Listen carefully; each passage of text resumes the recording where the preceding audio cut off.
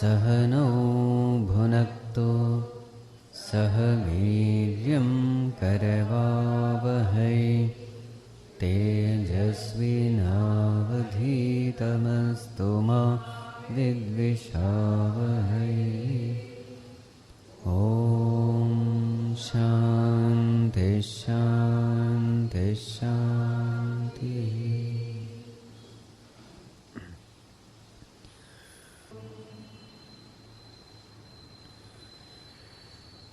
ॐ यं ब्रह्मा वरुणेन्द्ररुद्रमरुतः स्तुन्वन्ति दिव्यैस्तवैः वेदैः साङ्गपदक्रमोपनिषदैः गायन्ति यं सामगाः ध्यानावस्थिततद्गतेन मनसा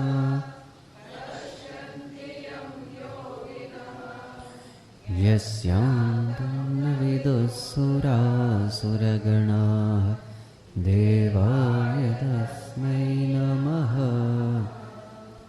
देवाय तस्मै नमः। So yesterday we were discussing the essence of Karma Yoga.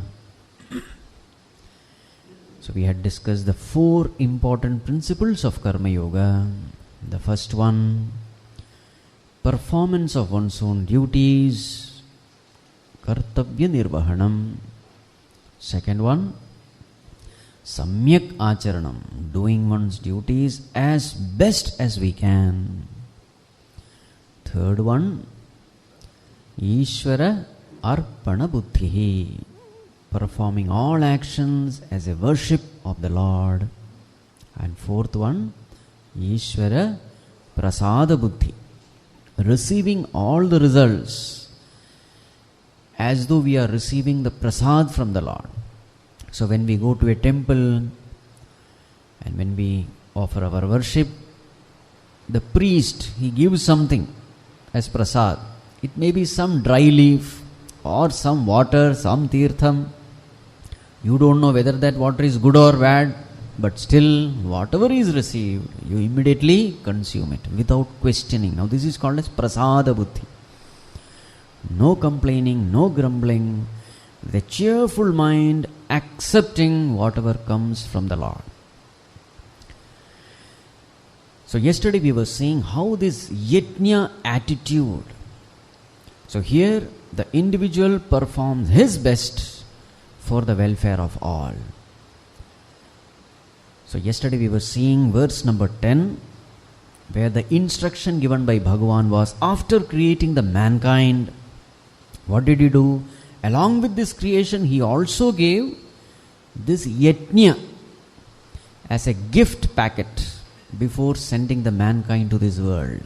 And what was his instruction? What was his loving advice? May you prosper with this yajna spirit. May this be your wish fulfilling cow. With this you worship the devatas, and devatas will in turn bless you. This way, cherishing each other, may you attain the highest good.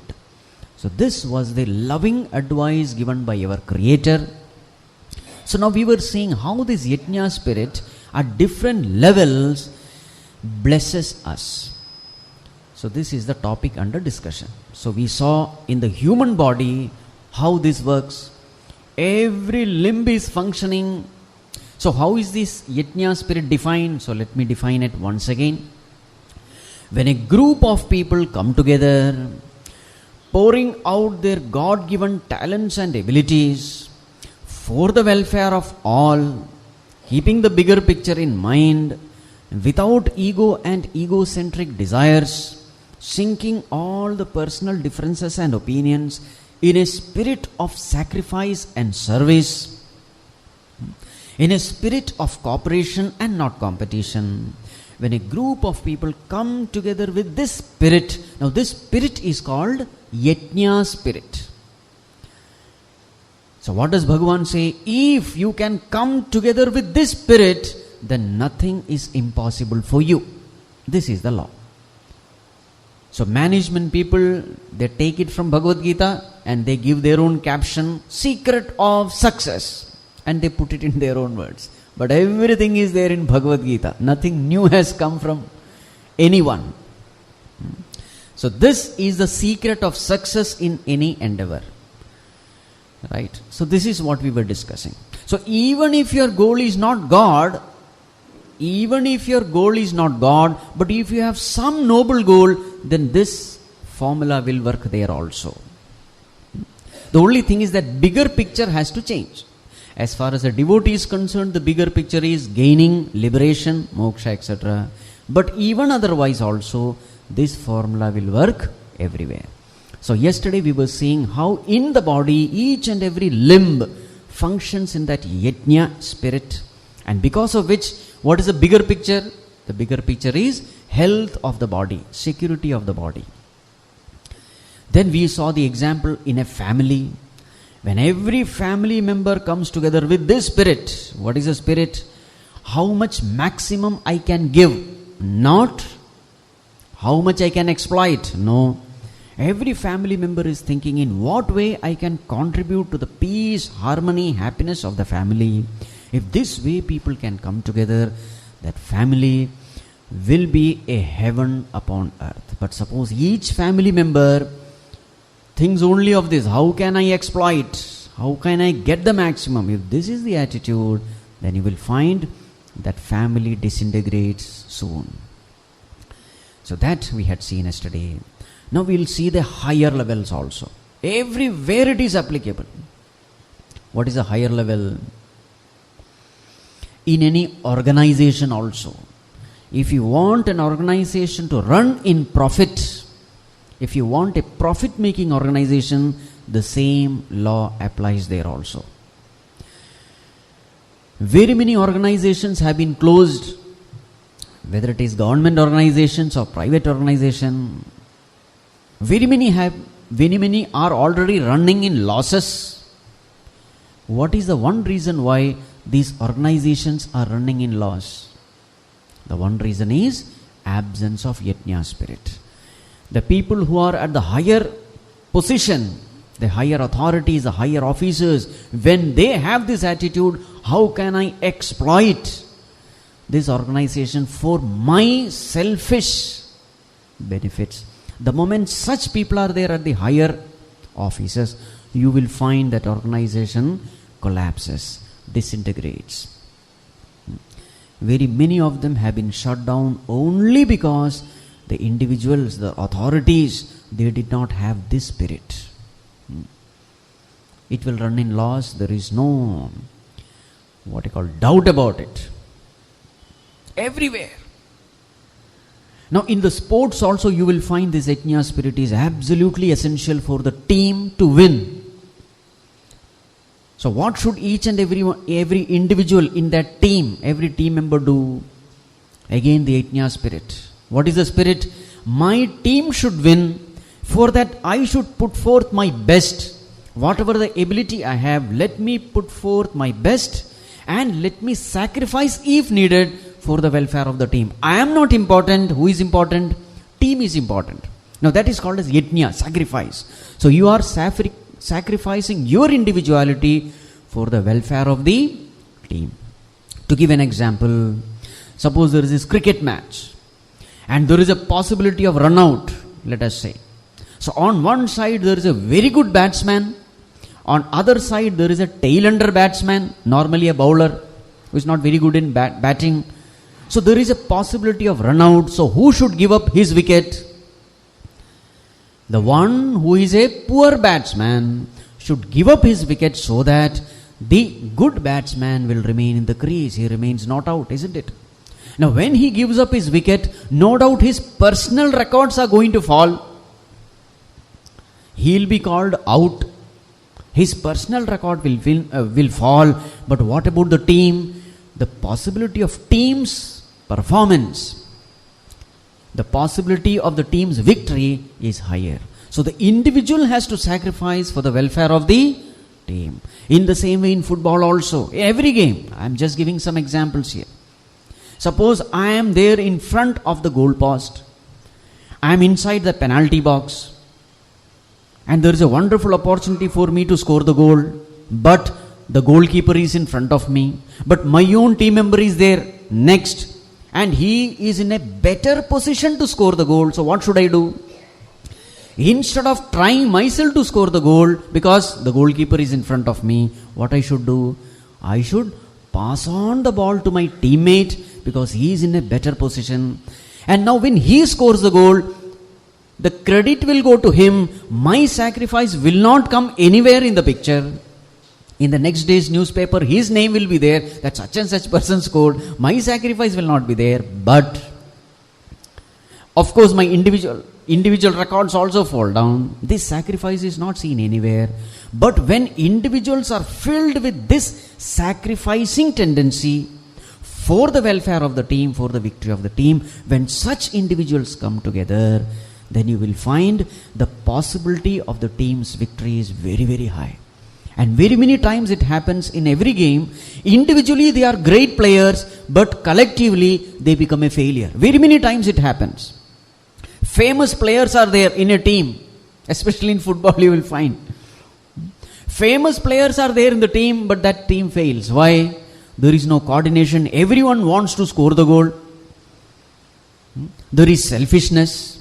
Nobody is bothering about the team. Then what happens? They lose even with a moderate team where there is good, team spirit, coordination.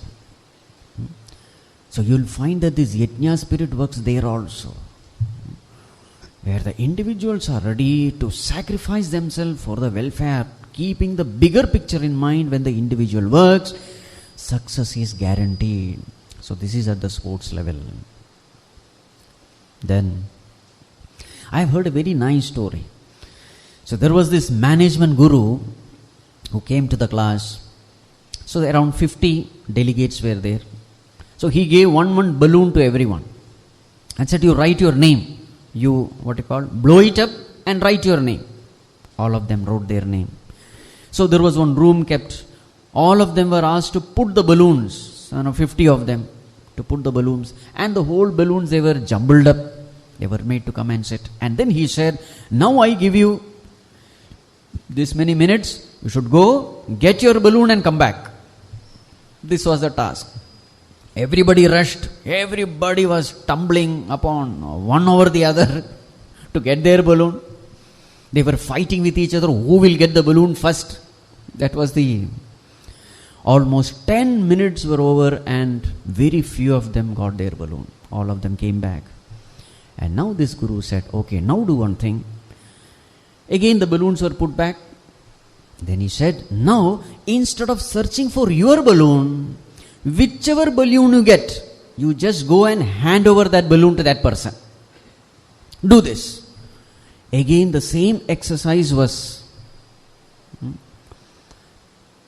And believe it or not, within 2 minutes all of them were back.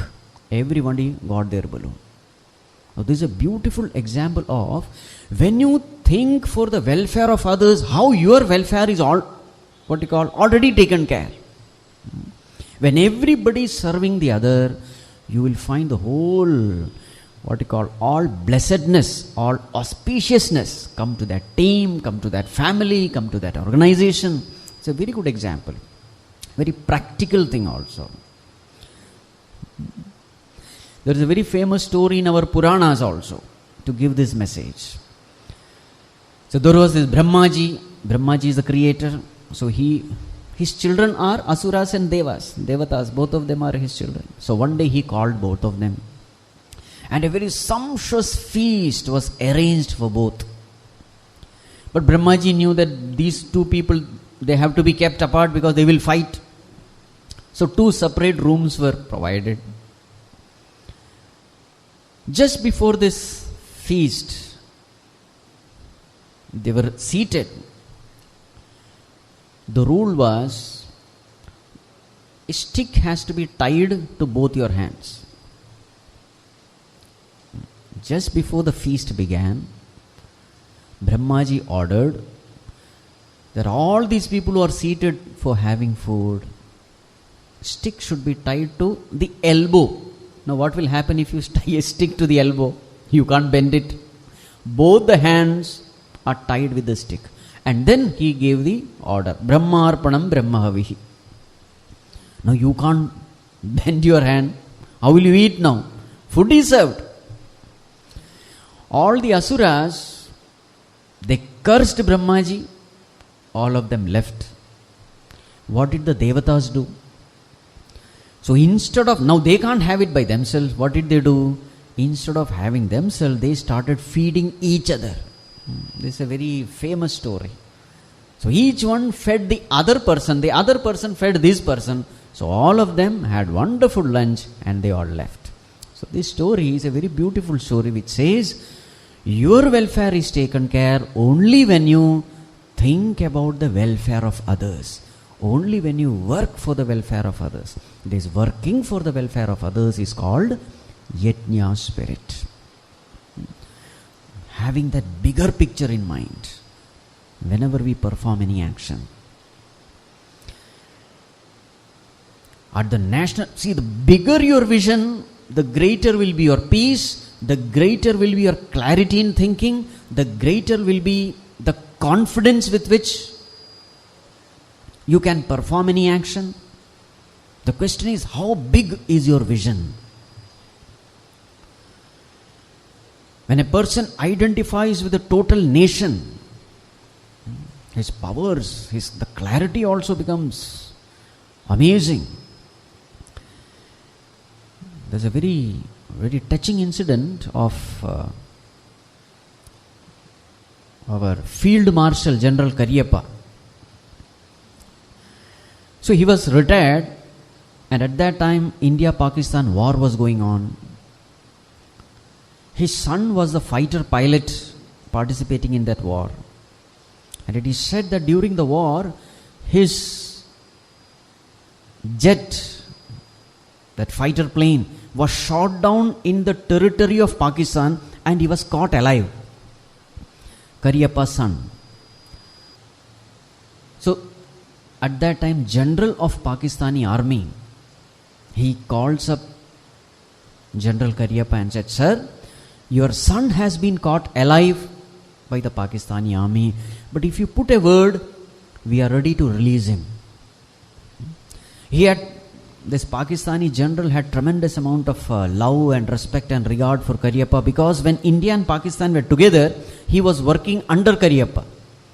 So to express his love and regard, he made this phone call saying, "Sir, if you just put a word, your son, we will release him."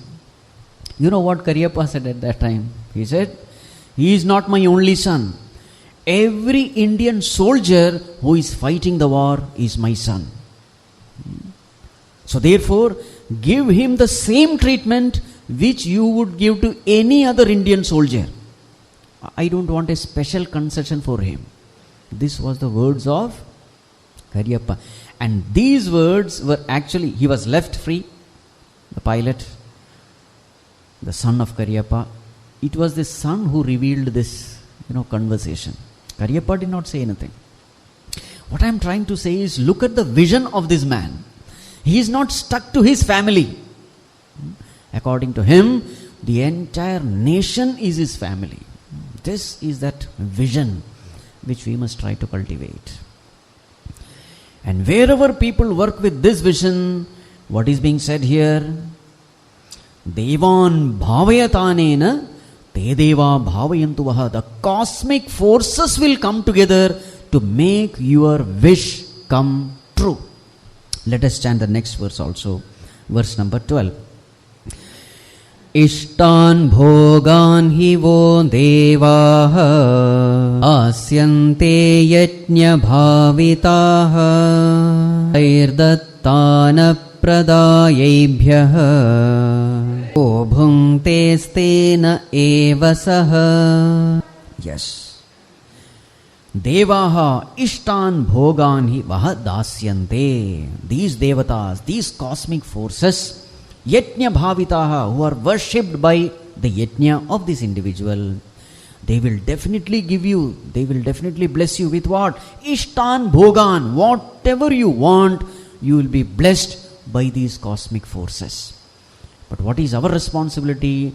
Let us worship, let us perform action with this yajna attitude. So we have seen at different levels how this yajna spirit works. Now enter into a little bit of politics. Normally that is not my field. But just for analysis, recent elections we have seen, on one side Congress, the other side BJP. What do you think is the reason why BJP is winning and Congress is disintegrating? What is the reason? Now with this knowledge you must be able to analyze. Look at Congress. What is it doing? Do you find any yajna spirit there? Now you have to analyze impartially. We are the children of dharma, we are not the children of any party. Let us go beyond party politics and let us analyze the situations based on the knowledge of the scriptures. Only then wisdom will come. Let us not be colored by any party. Let us try to analyze situation based on the principles of life. Now what was the mistake which the Congress party is constantly doing? Efficient people, intelligent people, capable people, they are not given any chance. Who has to be the president of Congress? The one who is born in Gandhi family should only be the president. Such a person only should be the prime minister, even if that person is inefficient. Now this is the mistake that party is continuously doing. There are very many efficient people there, but they are not given a chance. This is the mistake which politicians do. If I am the prime minister, my son should be the next prime minister. This is a big mistake now. What does the yajna spirit say? If there is somebody else who is more efficient, more capable than my son, then whom should I give the opportunity, the chance? I should give the other person, even though that person may not be related to me. Then there comes the yajna spirit, and that's exactly what you find in BJP. Very senior leaders like Lal Krishna Advani, Murli Manohar Joshi, Sushma Swaraj, they were very senior leaders, elderly people. But when they saw that there is somebody else who is efficient, who is capable, who is constantly being elected in Gujarat as chief minister, people love him, he has vision. What did they do?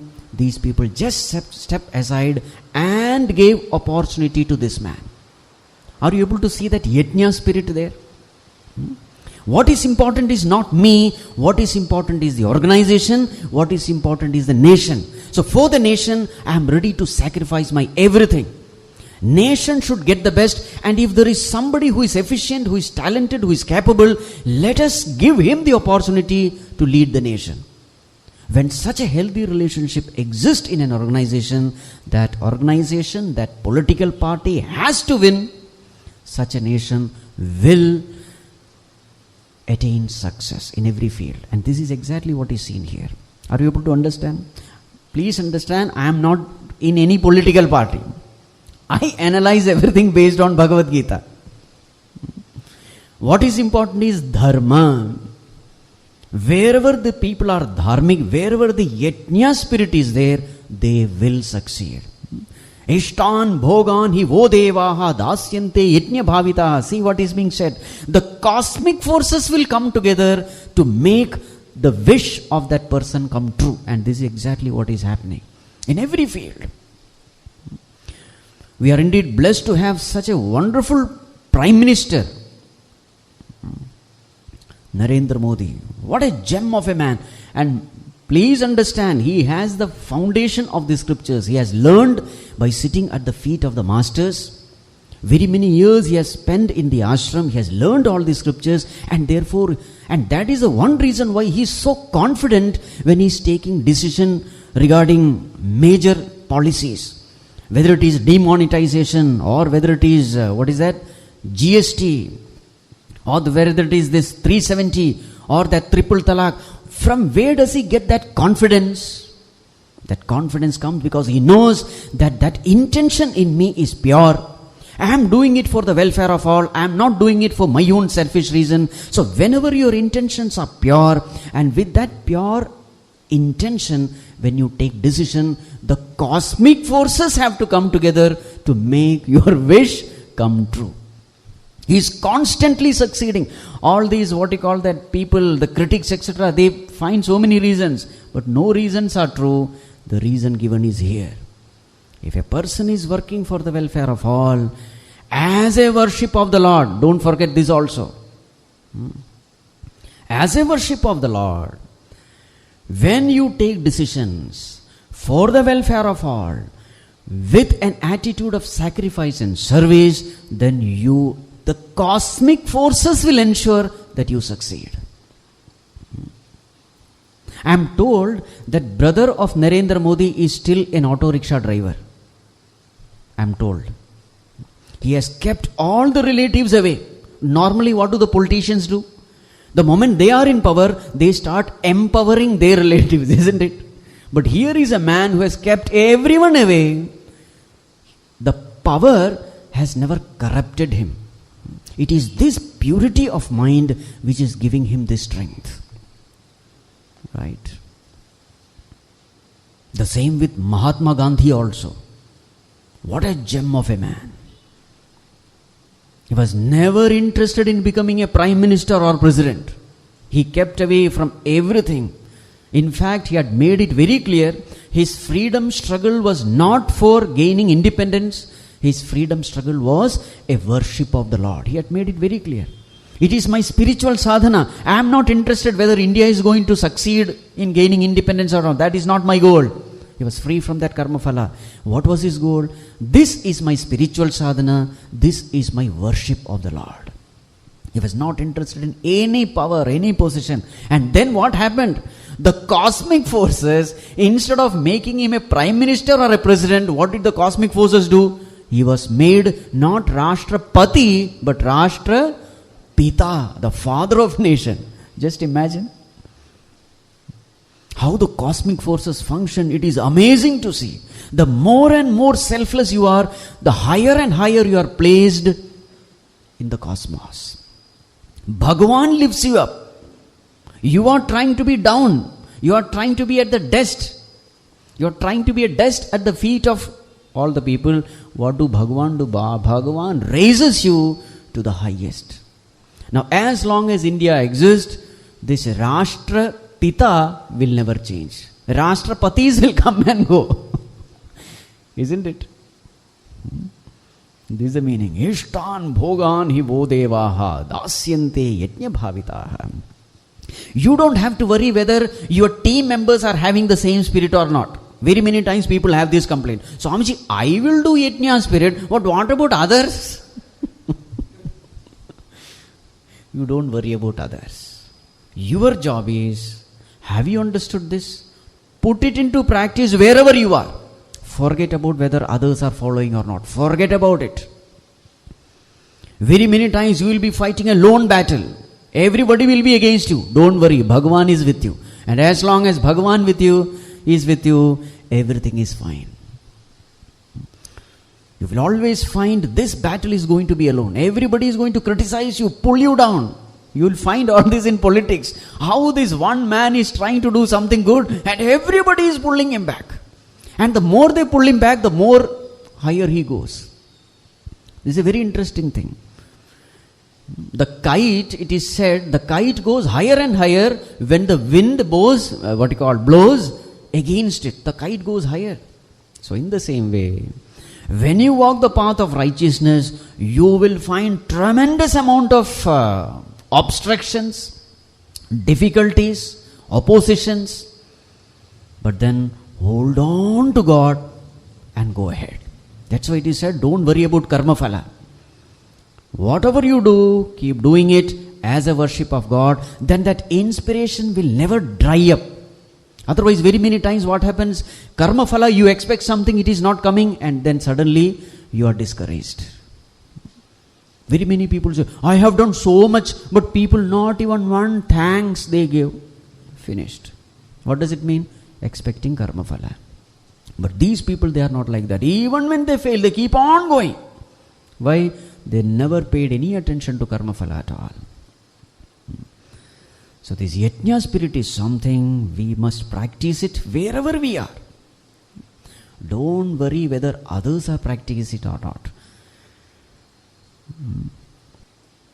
Everything starts with the individual. As you keep practicing, you will find Bhagavan empowers you. And slowly, slowly you become an inspiration. You become an inspiration for others, and slowly, slowly you will find the others are also following the same path. This is how you will lead and guide others. That topic is anyway going to come later. As a leader, what you are supposed to do. That topic we will see later. Okay. Now, what about those people who are living a selfish life? Just the opposite. No yajna spirit. They are only there to exploit the situation. What about them? See what Bhagavan says. Tair dattan apradayebhyah yo bhungte stena eva saha. A very, very powerful word is used by Bhagavan. Those people, what do? Tair dattan apradayebhyah yo bhungte. So people have come together, they have worked hard, and there is some profit, there is some prosperity. And what is this person doing? He is trying to grab maximum, take the maximum share. He has contributed little, but he is trying to take the maximum. What does Bhagavan call them? Stena. Stena means what? He is a thief. A very harsh word has been used by Bhagavan. When a cultured person uses this word, it is very harsh.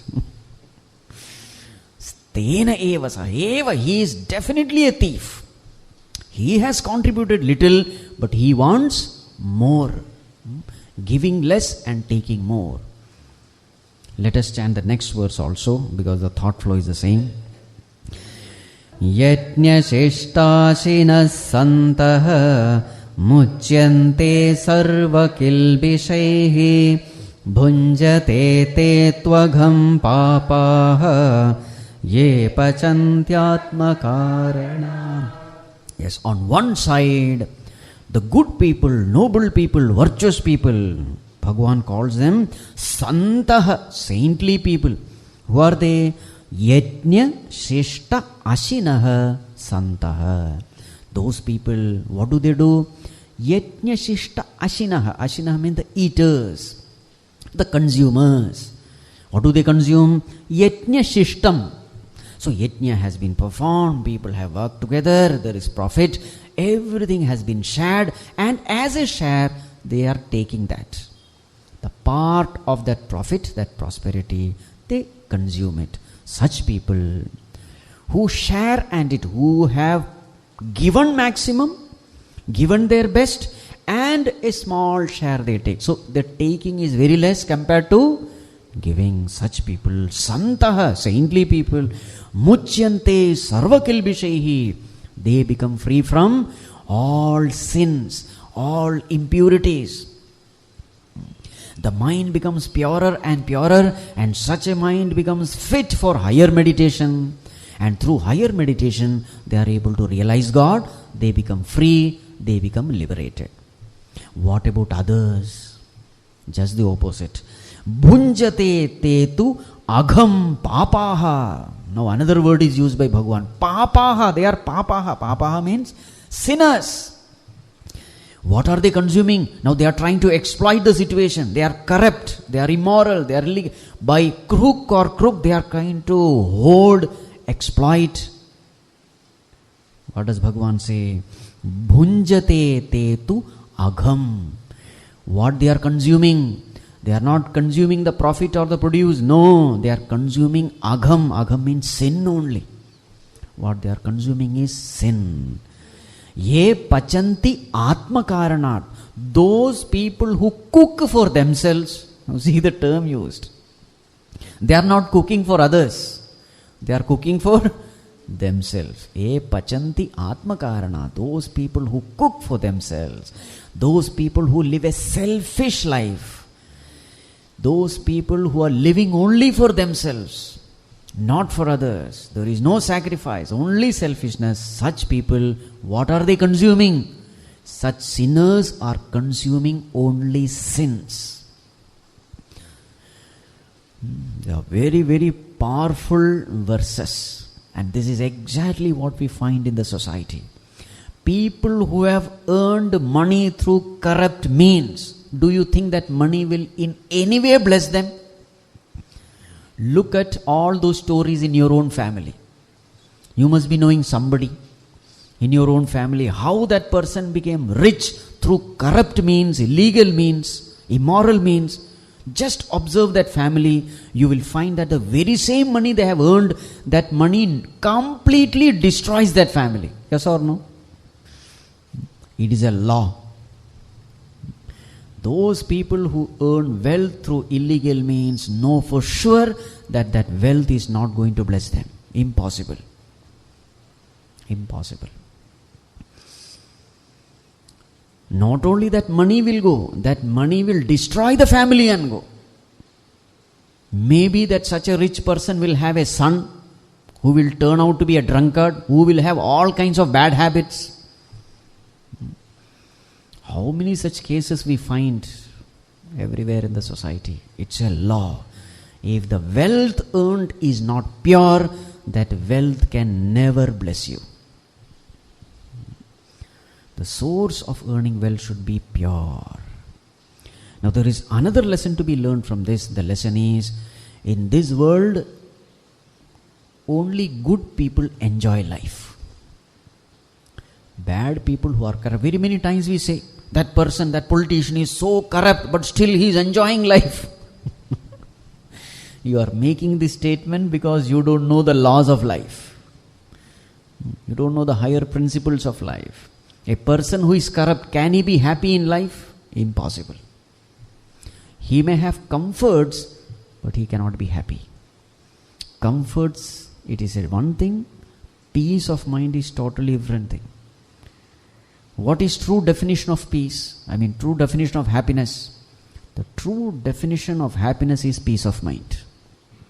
If your mind is at peace, you are truly happy. Just because you are staying in 7-star hotel doesn't mean you are happy. There are very many people who have to take sleeping pills, to have a proper sleep, because the mind is so disturbed, so agitated, so impure because of all kinds of criminal activities that person is doing. Now you think that is happiness?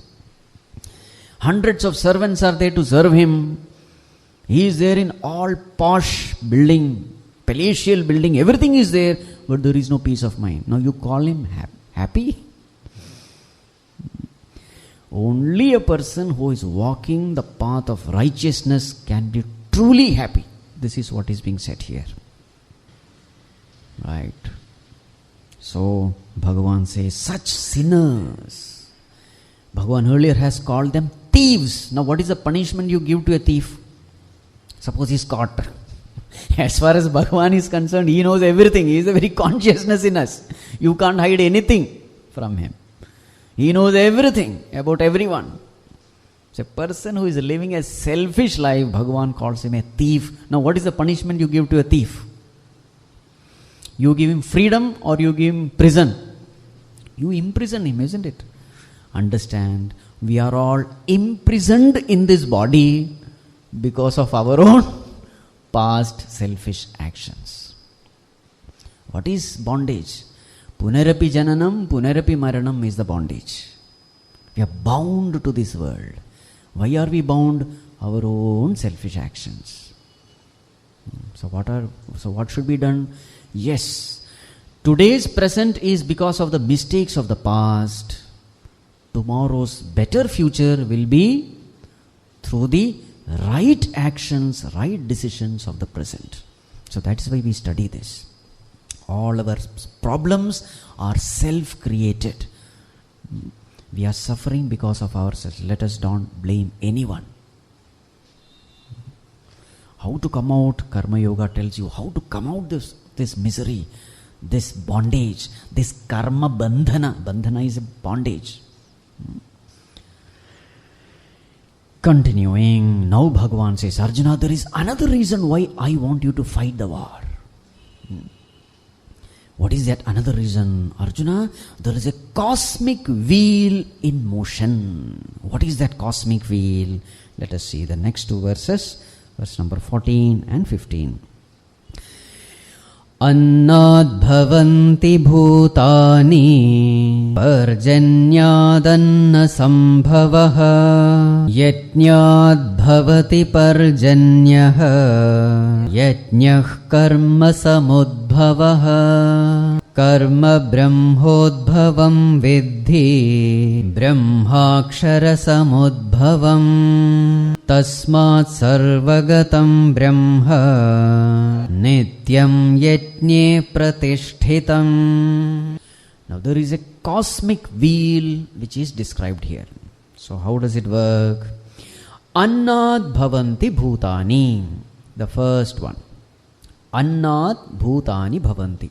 All the beings, bhutani, they are born of what? Annam, food. All the beings come from food. Where does this food come from? Parjanyat anna sambhavaha. This annam comes from parjanya. Parjanya means rain. So beings come from food. Food comes from rain. That's okay.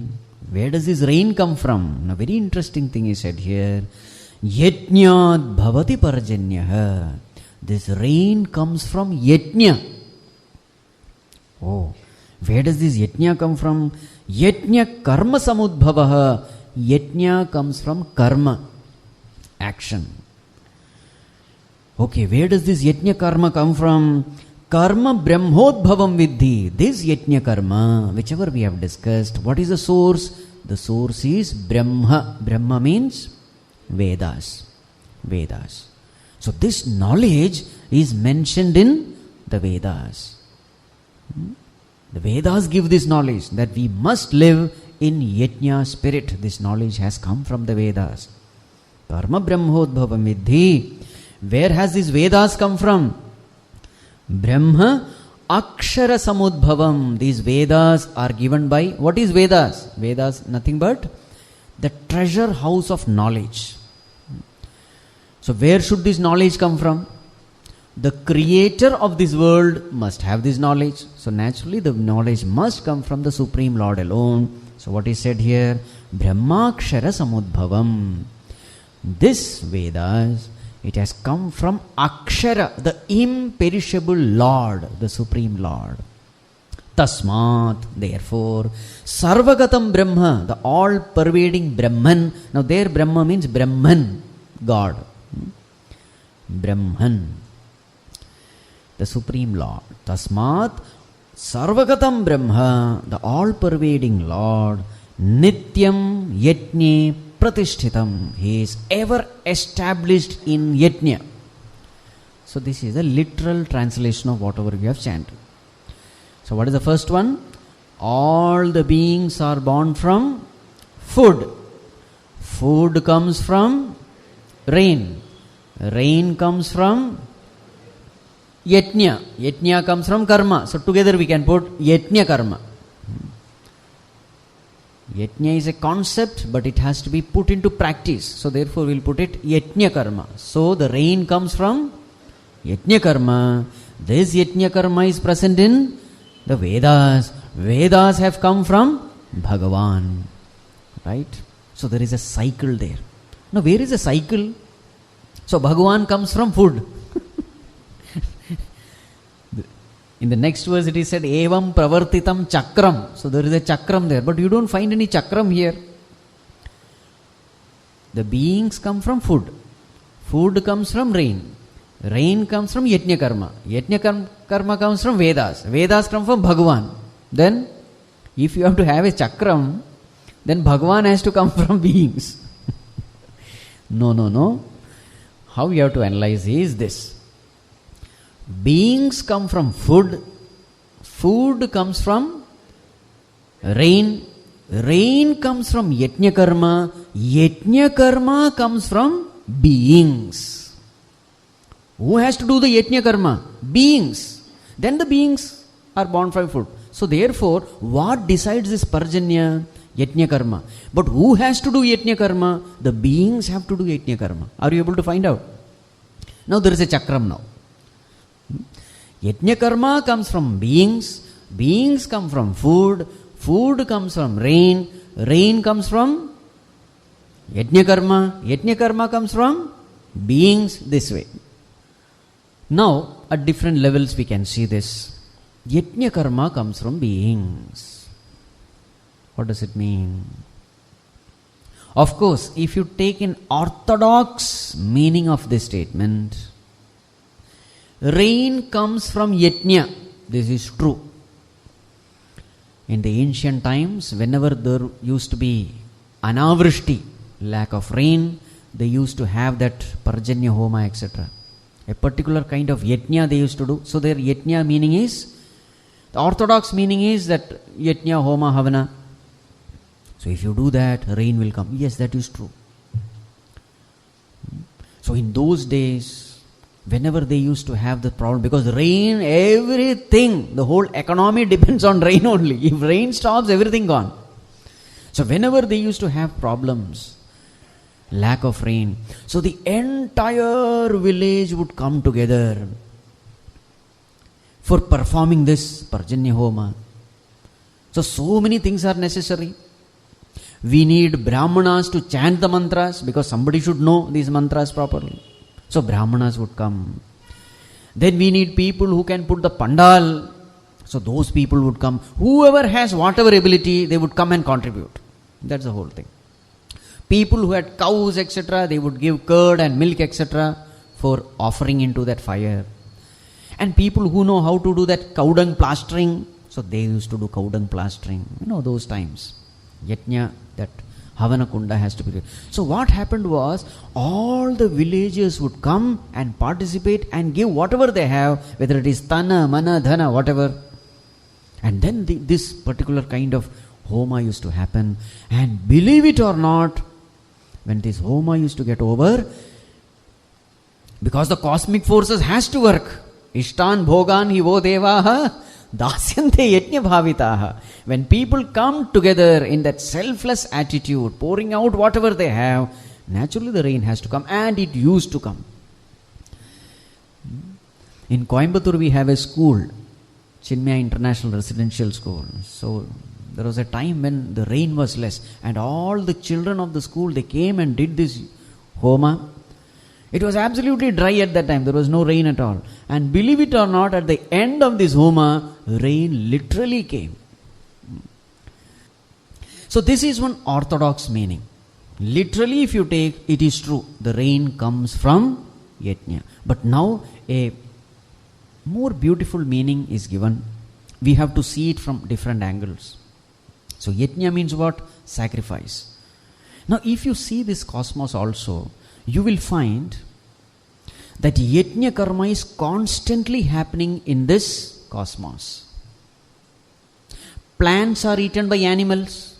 Isn't it a Yajna karma there? Plants are sacrificing itself for the survival of the higher beings. Yes or no? So there is a Yajna karma there. The animals are being used by the human beings. Human beings are higher than animals. So there again there is Yajna karma. So everyone, the lower beings are eaten by the higher beings. The plants are eaten by the lower beings. So everywhere there is Yajna karma. The only difference is, at the lower level, you are helplessly doing Yajna karma. You have no choice. The tiger, when it eats the deer is helplessly doing Yajna karma there. Not choicefully, but choicelessly. But it's a Yajna karma because it is sacrificing its life for the welfare of a higher being. But the only difference is, in human being, there is a choice given. This is the difference. And therefore the instruction is for whom? It is not for animals. The whole teaching is given for whom? Human beings. Why? Because human beings are the crest and crown of creation. That is the best among all creation. And because we are the best among creation, we are given total freedom. We can be selfless, we can be selfish. This choice is given. And since this choice is given, teaching is essential because there is all the possibility we may misuse the choice given to us. And therefore the teaching is given. As far as the lower beings are concerned, there is no choice given. They have to helplessly do the yajna karma there. Life is snatched from them. They have no choice. But as far as human beings are concerned, this choice is given because they have the intelligence. No other being is blessed with intellect, buddhi. Only human being. So therefore, there is all the possibility he will misuse the buddhi. The whole planet Earth is being, destroyed not by any other cow or tiger or lion. Who is destroying this planet? Human being. Why? He has this buddhi. The moment this buddhi goes off track, he can destroy the planet. So therefore, the teachings are given for this human being. Right? So therefore, the instruction is, may you live with this yajna attitude. Even at the inert level also, there's another beautiful, analysis given by a Mahatma. He said, look at this Prakriti. Yajna spirit you can see. Sun is constantly giving heat and light. So what is sun doing? It is constantly burning itself for the welfare of all. Yes or no? Isn't it yajna karma there? Constantly that sun is burning itself for the welfare of all. So yajna karma is there seen in the sun. And because of this sunlight, water gets evaporated from the ocean. So what is ocean doing? It is also doing yajna karma. It is giving its water up. Water vapor is created. So ocean is also giving its water. Then the clouds are formed. And finally these clouds give rain. So what is cloud doing? It is sacrificing itself for the welfare of all. Yes or no? Again the water falls, the plants grow, the plants give itself for the lower beings, lower being gives itself for the higher beings, etc., etc. So you will find that in cosmos, this yajna karma is constantly happening. That meaning is also beautiful. Puja Gurudev has given a different meaning to it, a wonderful meaning which is applicable everywhere. So what is this rain? This rain is nothing but the conducive environment necessary to bring out profit or produce whatever. Suppose there is a business, suppose there is an organization. So what is this rain? So when people put their yajna karma, selfless service, when they put, so a conducive environment is created which can produce prosperity. So this conducive environment is called Parjanya, rain. And after rain what comes? Annam, food. What is that food? That profit, that prosperity. That is the food. That meaning is also beautiful. Then if that meaning is taken, then it can be applicable everywhere. The cosmic forces itself arranges to make you successful, to make you materially prosperous. That arrangement of cosmic forces is what is called as Parjanya, rain. Right. Now, in this verse, a beautiful thing is mentioned. What is said here? Tasmat sarvagatam brahma nityam yajne pratishtitam. Therefore what? This sarvagatam brahma, the supreme Lord, all-pervading Lord, is ever established in yajna. Now what does it mean? What does it mean? Therefore, the all-pervading God is established in yajna. What it means is, if you want to reach that Lord, the gateway to reach Him is yajna karma. First learn how to live in this world. How to live in this world? Live in this world performing actions with yajna spirit, with yajna attitude. This is the way to reach the Creator. This is the way to reach the Lord. This is the gateway. So actions can be blessing if it is used with the right attitude. When actions are performed with this right attitude, the very same actions purify the mind. And once the mind is pure, you are able to meditate successfully. And through successful meditation, you reach that Supreme Lord, which is your own self. So what is the gateway to reach Him? Yajna karma is the gateway. That is the meaning. Tasmat sarvagatam brahma nityam yajne pratishtitam. Now what about those people who don't live this kind of lifestyle? Again, Bhagwan comes to the same topic. Those people who live a selfish life, what happens to them? Next one, verse number 16. Evam pravartitam chakram nanuvartayati hayaha aghayurindriya ramaha mogham partha sajivati. Evam pravartitam chakram. Arjuna, so there is a cosmic wheel in motion. So this wheel can smoothly flow, smoothly rotate. When each and every individual is doing their own karmas properly, with this yajna spirit, when individuals in the society, they do their karma properly, the motion of this cosmic wheel is smooth, is harmonious. When every individual is doing one's own job properly with this attitude, then the wheel smoothly flows. It is exactly like the mechanical clock. Have you seen? Mechanical clock, if you see at the back, there are so many wheels, isn't it? Some big wheels, some small wheels. Now, whether you are a big wheel or a small wheel, all wheels are important. Suppose a small wheel goes away, then the entire mechanism comes to a standstill, isn't it? Every wheel is important. In the same way, every individual in the society is important.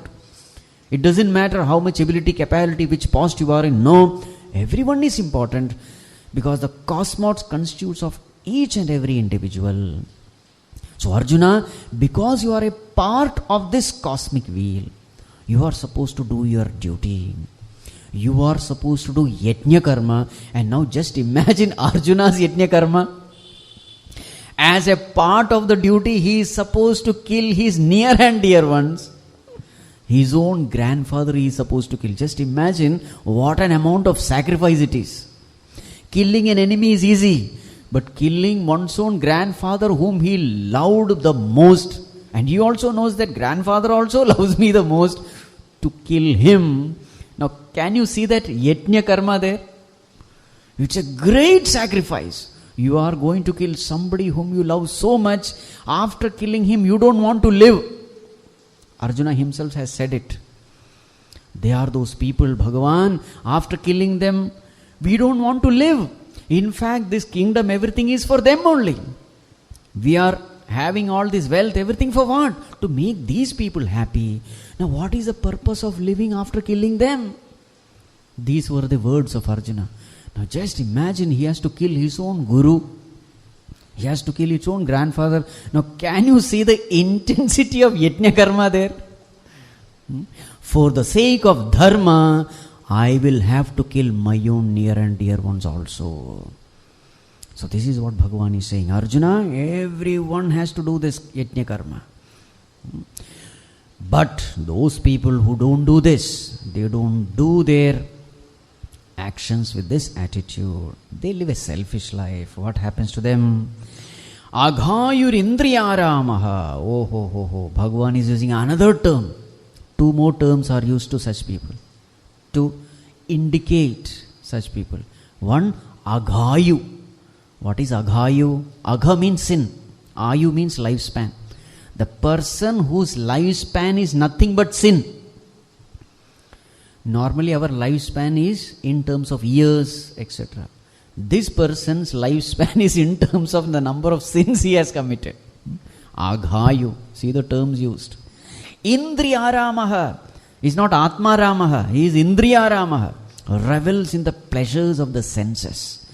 An addict to the sensuous pleasures. A complete slave. Indriyaramaha. Mogham partha sajivati. Such a person lives in vain. Such a wonderful opportunity Bhagavan has given. He has been blessed with a human birth. He could have attained Bhagavan himself through that human birth. Such a wonderful opportunity. Now what is he doing? Forget about going up, he is going down. He is degrading, he has misused the human birth to degrade himself. Mogham partha sajivati, such a person indeed lives in vain. So see the terms used. One is tena, thief. The other is papaha, sinner. Other is aghayu, a man whose lifespan is nothing but sin. The fourth term, indriyaramaha, an addict to sense pleasures. Now these are all the terms used for a person who lives a selfish life in the society.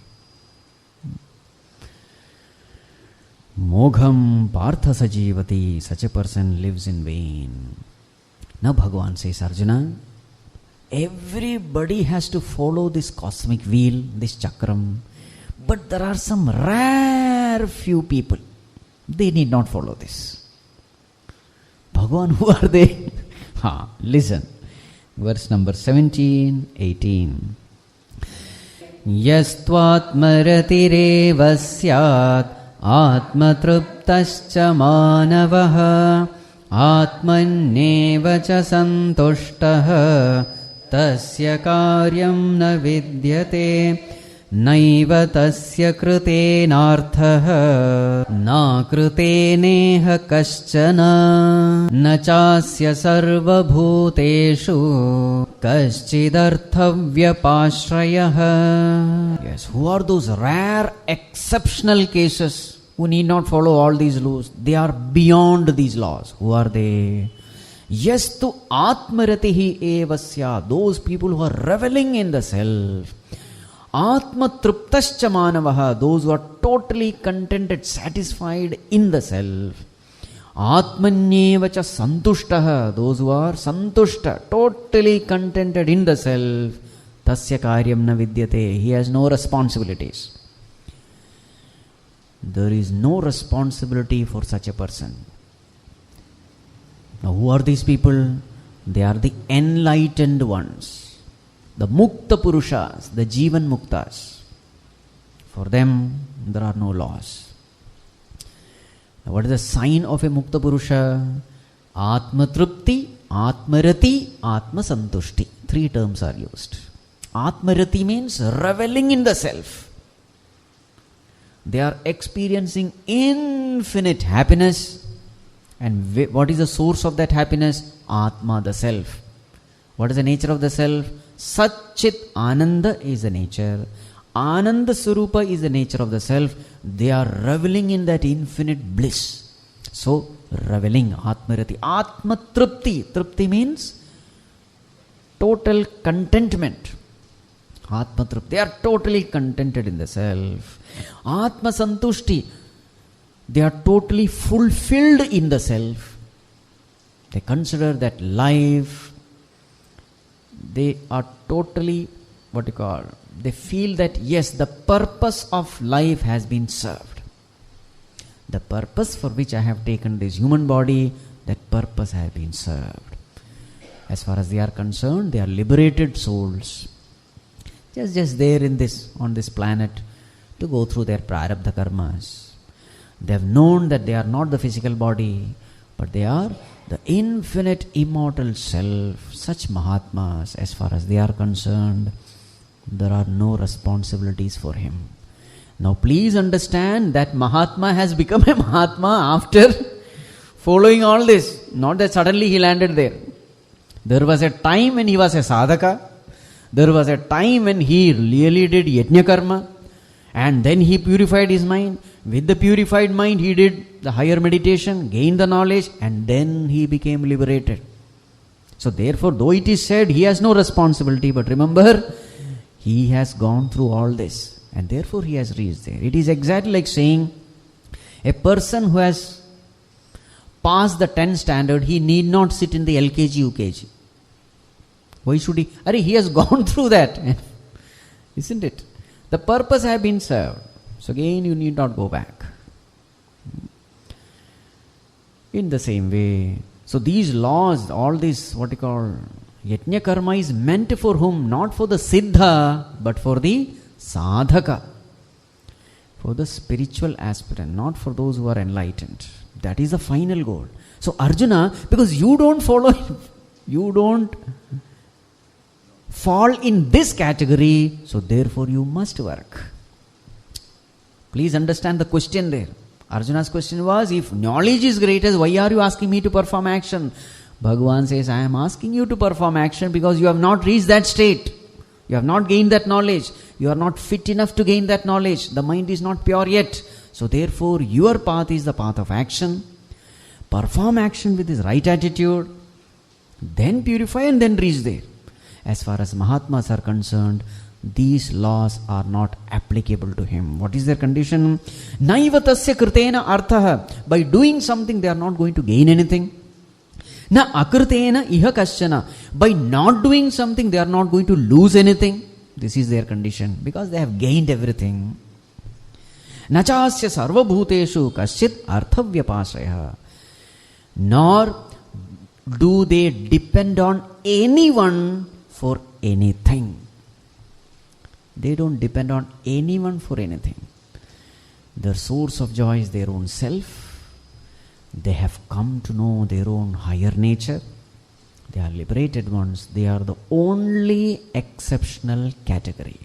Arjuna, since you don't fall into this category, therefore, tasmat, next verse. Tasmad asaktas satatam karyam karma samachara asakto hyacharan karma paramapnoti purushaha. Tasmat, therefore. Therefore means wherefore? Because you don't fall into this category of enlightened one. And therefore, yajna karma is a must for you. Therefore, tasmat, asaktaha, being unattached, satatam karyam karma samachara. You perform your duties well, always. Because asakto hi acharan karma, when you perform your actions unattached with this yajna spirit, param apnoti purusha, such a person attains that supreme state, param. Now Arjuna asks a question. Bhagavan, is there anyone who has attained this highest goal by following this path? Or are you trying to make me a guinea pig? Are you doing experiments on me? Or are there people who have reached that state, following the path of Karma Yoga? This question is answered. Next verse. Karmanaiva hi samsiddhim asthita janakadayaha lokasangrahamevapi ampashyan kartumarhasi. Karmana eva hi samsiddhim asthita janakadayaha. Arjuna, there are very many people who have already walked this path and they have reached also. Bhagavan, can you give an example? Yeah, why not? Janaka adayaha. Like Janaka. Now see the example given. Arjuna is a Kshatriya. So what kind of example should be given? Kshatriya's example should be given. Isn't it? Some Brahmana's example will not work here. So just like you, a royal prince you are, in the same way, there are very many kings who have reached. Like Janaka. Janaka Adaya. Like Janaka. So many examples can be given. Ambarish, Rantidev, Manu, Ikshwaku, so many people. There are very many. So Arjuna, you are not the first one. This path is a well-trodden path. It will definitely take you to the goal. So therefore, confidently walk. Very many people have reached the goal. More of it we will see now tomorrow. There is a beautiful topic which is going to start. Bhagavan says, Arjuna, even if you are an enlightened one, even then I will ask you to fight this war, perform your duty. Why? There is a very big reason. What is that reason? We will see tomorrow. Om Sarve Bhavantu Sukhinah Sarve Santu Niramayah Sarve Bhadrani Pashyantu Ma kaschid dukkha bhag bhavet asato ma sadgamaya tamaso ma jyotirgamaya मृत्योर्मा अमृतं गमय। ॐ शान्तिः शान्तिः शान्तिः। हरिः ॐ श्रीगुरुभ्यो नमः। हरिः ॐ।